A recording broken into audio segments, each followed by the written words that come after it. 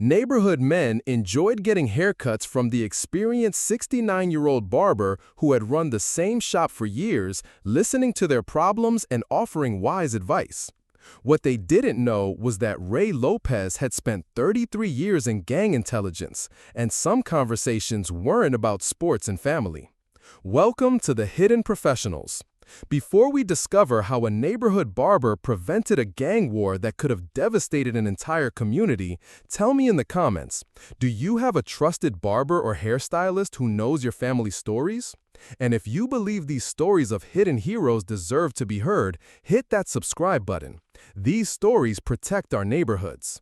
Ray's Barbershop had been a cornerstone of the Riverside neighborhood for 8 years, occupying the same corner storefront that had housed barbershops for over 60 years, serving 3 generations of local families with traditional haircuts, straight razor shaves, and the kind of genuine conversation that made men feel connected to their community and confident about their appearance. The shop's red, white, and blue pole rotated outside a space filled with vintage chairs, classic mirrors, and the comfortable atmosphere where fathers brought sons, grandfathers shared stories, and working men found respite from daily pressures. Ray's Barbershop had been cutting hair and running the shop for 8 years after purchasing it from the previous owner, maintaining the neighborhood tradition of quality barbering while providing the kind of personal service and community connection that made men return weekly not just for haircuts, but for the sense of belonging and masculine camaraderie that had defined American barbershops for over a century. At 69, he looked exactly like what he claimed to be, a skilled barber who had learned the trade from old-school professionals and took pride in maintaining the traditions of customer service, craftsmanship, and community involvement that made neighborhood barbershops the central gathering places for working men seeking both grooming services and social connection. But Ray's analysis of customer conversations and neighborhood dynamics went far beyond normal barbershop observations.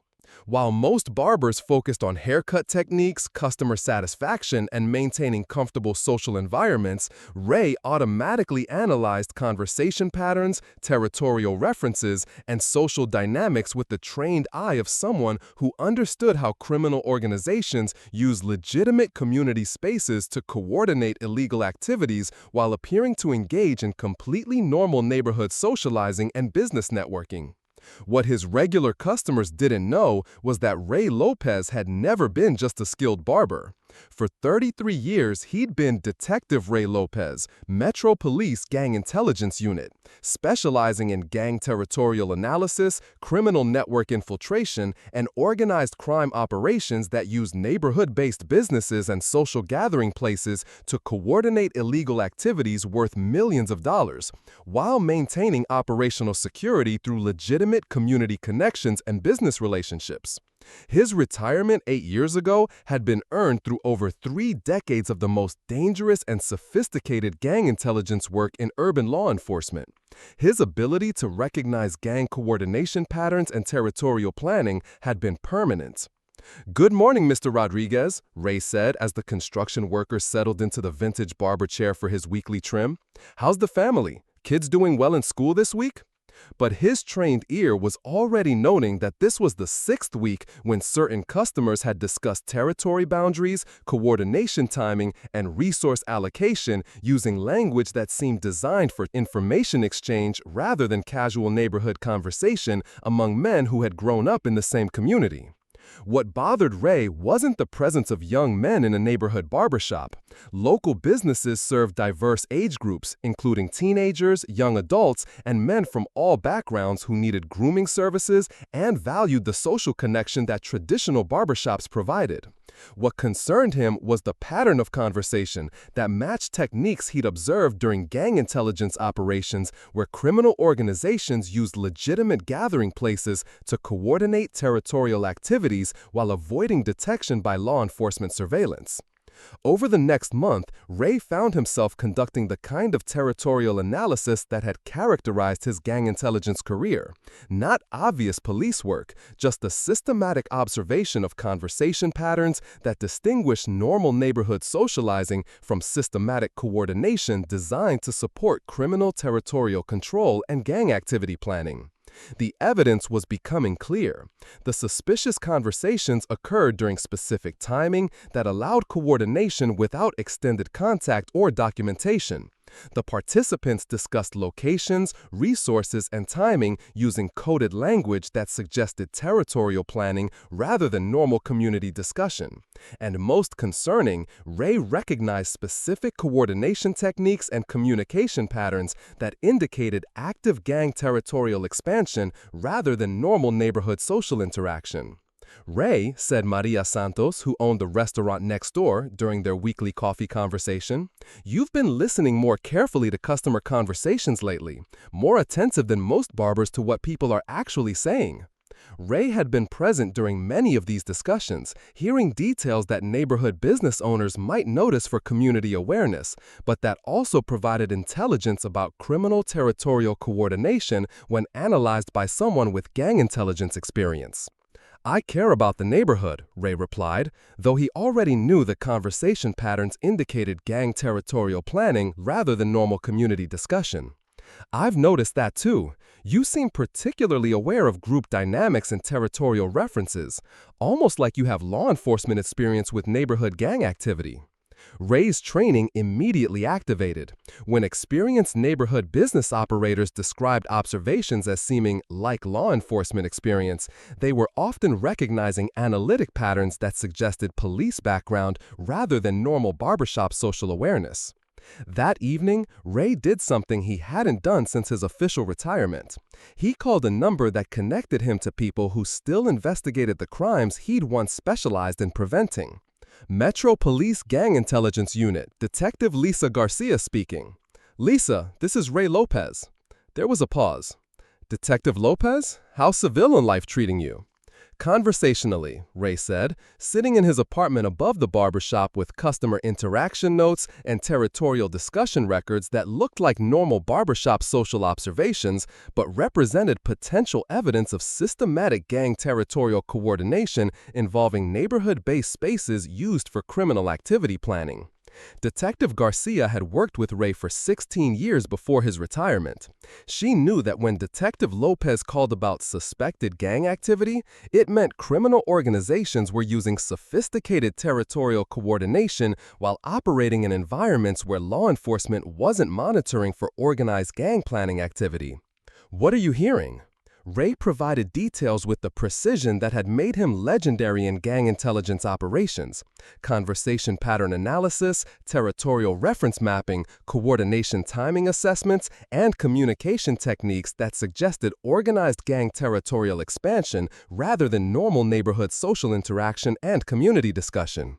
"Ray," Garcia said after he finished, "will coordinate with gang enforcement and organized crime units. Can you maintain normal barbershop operations while we develop the investigation?" "Affirmative," Ray said, "but they're accelerating the territorial planning.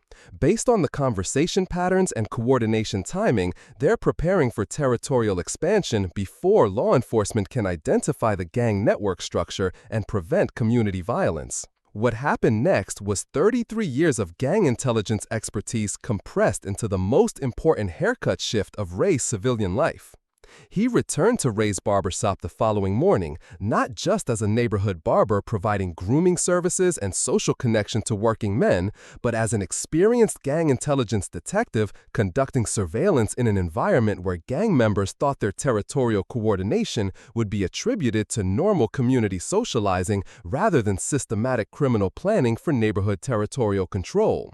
Over the next 12 weeks, Ray coordinated with Detective Garcia's team to document comprehensive gang territorial expansion involving systematic neighborhood coordination, planned territorial violence, and organized crime activity that was preparing to establish control over drug distribution networks worth over $6.8 million annually while threatening community safety through systematic intimidation and territorial warfare that would endanger innocent families and neighborhood businesses.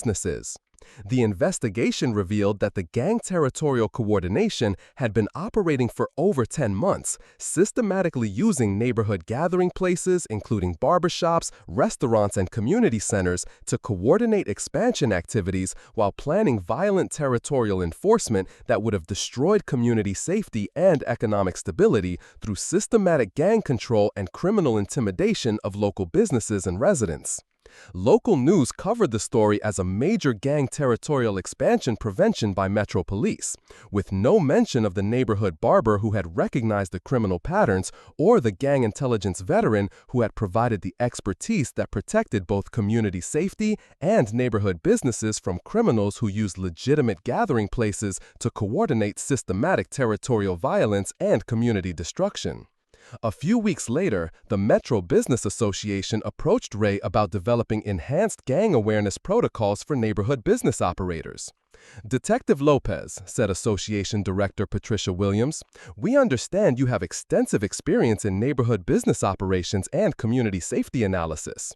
Ray looked around Ray's Barbershop, where working men could gather for grooming services and social connection, knowing they were participating in legitimate community building rather than unwittingly supporting criminal coordination, where neighborhood businesses remained focused on community service rather than providing cover for gang territorial planning and criminal violence.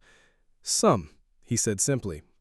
"We'd like to implement enhanced awareness procedures for neighborhood business operators to recognize gang coordination indicators. Would you be willing to help develop those protocols?" "Of course," Ray replied. "Protecting neighborhood communities from gang territorial violence requires recognizing when legitimate gathering places are being used for criminal coordination rather than normal community socializing, especially when businesses that serve as community cornerstones are being exploited for systematic territorial planning that threaten family safety and neighborhood stability." What the association director didn't know was that she just asked one of the region's most experienced gang intelligence detectives to design detection systems for protecting neighborhood businesses from exactly the kind of territorial coordination Ray had spent his career investigating and preventing. Ray never told his Ray's Barbershop customers about his gang intelligence background or the territorial operations he'd disrupted. He never mentioned the gang coordination networks he'd infiltrated or the criminals he'd helped convict for territorial violence that destroyed communities and endangered innocent families through systematic gang control and neighborhood intimidation. He just cut hair every day, provided the traditional barbershop experience that connected men to their community and maintained neighborhood social traditions, and quietly monitored conversation patterns and customer interactions for signs that indicated gang members were using legitimate gathering places for territorial coordination while threatening the community safety that working families and local businesses depended on for neighborhood stability and economic security. But word spread through gang intelligence circles that if anyone noticed unusual territorial discussions or suspected gang coordination in neighborhood gathering places, they should probably consult with the barber at Ray's Barbershop on Riverside Avenue. Not officially, of course, just as a professional courtesy to someone who understood how gang territorial operations worked in community settings. Every weekday from 8 a.m. to 6 p.m., Ray continued his barbershop operations. He provided quality haircuts and grooming services that maintained community tradition, created social connections that strengthened neighborhood relationships, and monitored community interactions with the kind of territorial analysis that had kept him at the forefront of gang intelligence for over 30 decades. Most days, the biggest challenge was maintaining the traditional barbershop atmosphere that made men feel comfortable sharing their lives while receiving quality grooming services that supported their professional appearance and personal confidence.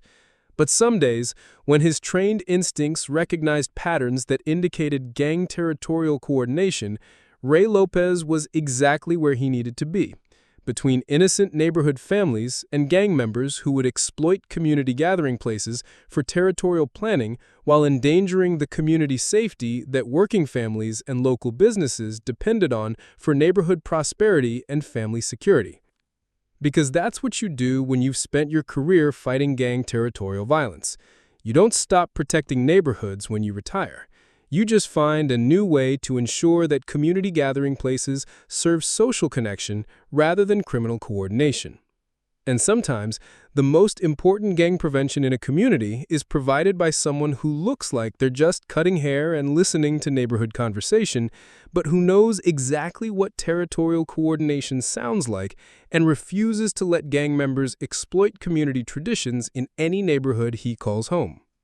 Ray had spent 33 years investigating criminals who used sophisticated territorial techniques to control neighborhoods while generating illegal revenue through systematic gang violence that destroyed community stability and family safety.